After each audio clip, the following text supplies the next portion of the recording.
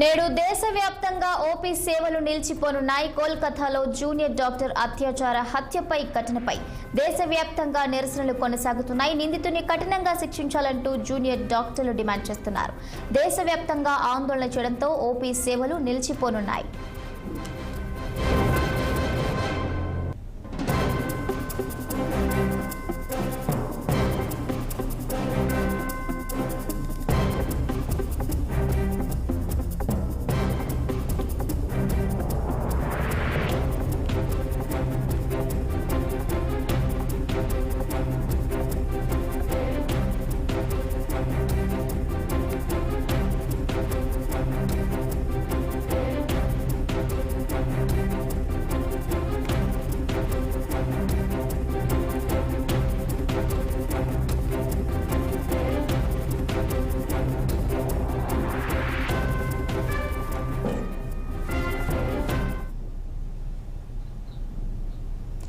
నేడు దేశవ్యాప్తంగా ఓపీ సేవలు నిలిచిపోనున్నాయి. కోల్కతాలో జూనియర్ డాక్టర్ అత్యాచార హత్యపై దేశవ్యాప్తంగా నిరసనలు కొనసాగుతున్నాయి. నిందితుని కఠినంగా శిక్షించాలంటూ జూనియర్ డాక్టర్లు డిమాండ్ చేస్తున్నారు.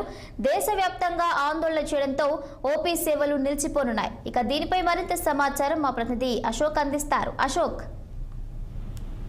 కోల్కతా ట్రైనింగ్ డాక్టర్ అత్యాచారానికి నిరసనగా ఈ రోజు రేపు ఉదయం 6 గంటల నుంచి దేశవ్యాప్తంగా అన్ని ఆసుపత్రి సేవల్లో నిలిపివేసినట్టు ఇండియన్ మెడికల్ అసోసియేషన్ ప్రకటించింది. ఇందులో అత్యవసర వైద్య సేవలు మినహాయింపు ఉంటుందంటూ తెలిపింది.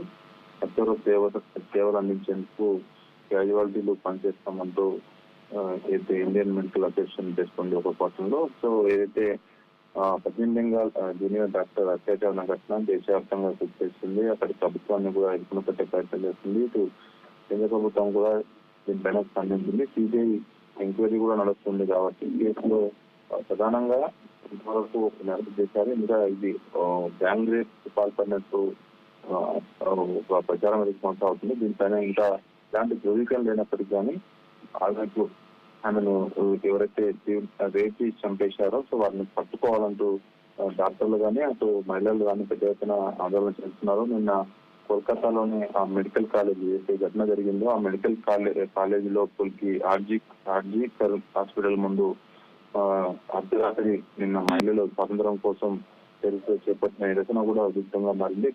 కొంతమంది ఆసుపత్రిలోకి చేరి వైద్య పరికరాలు ఫర్నిచర్ కూడా ధ్వంసం చేశారు. సో ఈ ఘటనకు పాల్పడిన దాదాపు 9 మందిని కూడా అరెస్ట్ చేసినట్టు డాక్టర్లు అయితే పోలీసులు స్పష్టం చేశారు. సో ఈ ఘటన జరిగి దాదాపు వారం రోజుల పైనే కాల్స్ ఉంది. ఇప్పటికీ కేవలం 1 నుంచి మాత్రమే అరెస్ట్ చేశారు అసలు. సో కాబట్టి ఇంకా మిగతా ఎవరైతే దీని వెనుక ఉన్నారో వారందరినీ అరెస్ట్ చేయాలంటూ మహిళలు పెద్ద ఎత్తున దేశవ్యాప్తంగా ఆందోళన కొనసాగుతుంది. సో దీన్ని వెనుక ఎవరు అంటే ఆసుపత్రి యాజమాన్యం ఉందంటూ ప్రచారం అయితే కొనసాగుతుంది. మరి ఇంతవరకు ఎవరు ఉన్నారని అనేది మాత్రం ఒక స్పష్టత లేదు. ప్రస్తుతం సిబిఐ అయితే నిన్న బాధ్యురాలు ఇంటికి వెళ్ళి ఎంక్వైరీ చేసింది. మరి సిబిఐ రంగంలోకి దిగింది కాబట్టి మరి త్వరతగతిని దీని వెనుక ఎవరున్నారో మాత్రం తెలియ అవకాశం ఉంది. Right, okay, thank you.